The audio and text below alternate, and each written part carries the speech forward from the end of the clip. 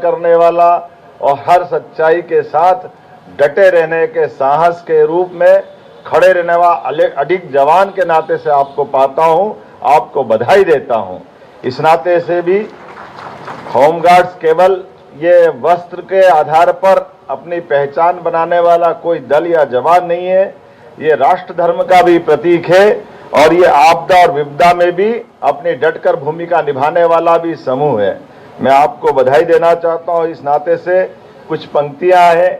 मैं एक सैनिक हूं, पुलिस हूं, रक्षक हूं, प्रहरी हूं, रात में हूं और दिन में भी हूं और जब कहो तब हाजिर हूं। परेड में भी हूं, ट्रैफिक में भी हूं, थाने में भी हूं।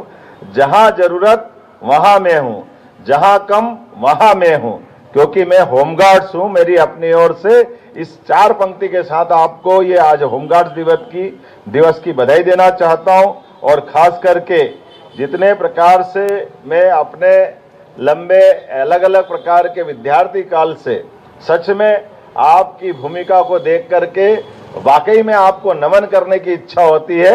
आपको बधाई देना चाहता हूं आपकी दक्षता के लिए, कर्तव्य निष्ठा के लिए, क्योंकि कई सारे कारण से आप न तो पुलिस से कम पढ़ते हैं, ना पुलिस से अलग दिखते हैं।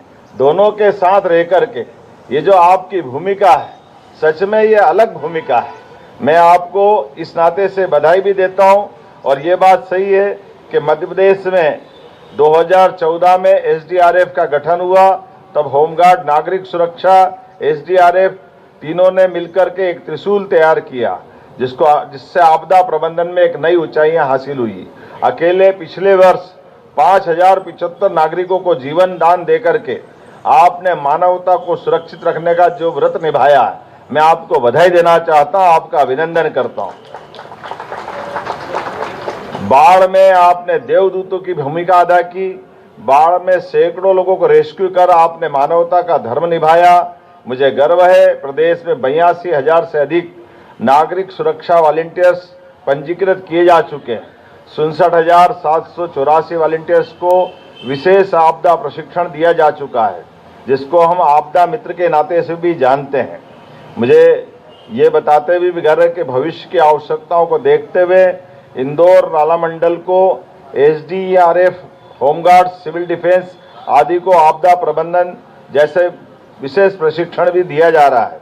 सिंहस्थ 2028 सामने है, ऐसे में 5,000 से ज़्यादा होमगार्ड के जवानों का भर्ती का लक्ष्य हमने रखा हुआ है और खास करके विशेष पिछड़ी जनजाति युवाओं को पुलिस, सेना, होमगार्ड्स को प्रशिक्षण में भर्ती हेतु हमने बेगा, भारिया, सहरिया बटालियन पे भी विचार किया है।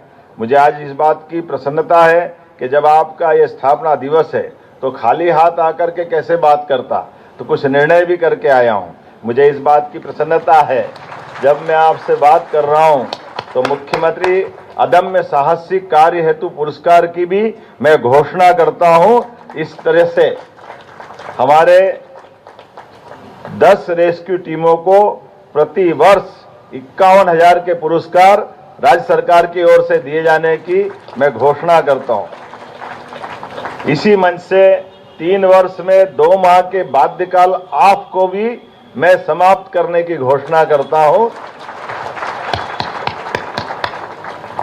साथ ही साथ मंच से प्रतिवर्ष मिलने वाली अनुकंपा अनुदान राशि 360 ये थोड़े कम पड़ते हैं, इसको भी बढ़ाने की घोषणा करता हूं।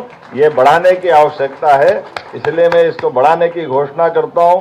अब जब हमारे धार्मिक पर्यटन की दृष्टि से मध्य प्रदेश देश के सर्वाधिक तीर्थाटन कराने वाले राज्यों में से शामिल हुआ है। अलग अलग देवस्थान, चाहे बाबा महाकाल का ज्योतिर्लिंग हो या बाबा ओंकारनाथ का धाम हो, दोनों ज्योतिर्लिंग सहित कई सारे लोक हम बना रहे हैं। तो ऐसे में होमगार्ड्स के लिए 488 पदों की स्वीकृति प्राप्त हुई है। साथ ही साथ हमने कहा कि प्रत्येक मंदिर, देवालय और ऐसे स्थान जो हमारी आस्था से भी जुड़े हैं, उसमें होमगार्ड को प्राथमिकता दी जाए। इस दिशा में हम लगातार बढ़ने का निर्णय कर रहे हैं। वैसे तो 1988 के बाद नए जिलों में जब अतिरिक्त बल की बात हुई, तब हमने नवीन जिलों के साथ अतिरिक्त पद भी सृजित किए हैं। जब आपसे बात कर रहे हैं तो शासन बहुत सारी तरह से हमारे आपदा प्रबंधन जैसे त्वरित कार्यों के संपादन में भूमिका होने के बाद भी बल के अधिकारियों के लिए, कर्मचारियों के लिए, जवानों के लिए नज़दीक में आवासीय सुविधा उपलब्ध नहीं, ये कठिनाई देखते हैं। ऐसे में हमने निर्णय किया है कि शासन की योजनाओं में पीपीपी मॉडल और रीडेंसिफिकेशन के आधार पर आवश्यक आवास बनाए जाए, जिसके कारण से हमारे जवान और अधिकारियों के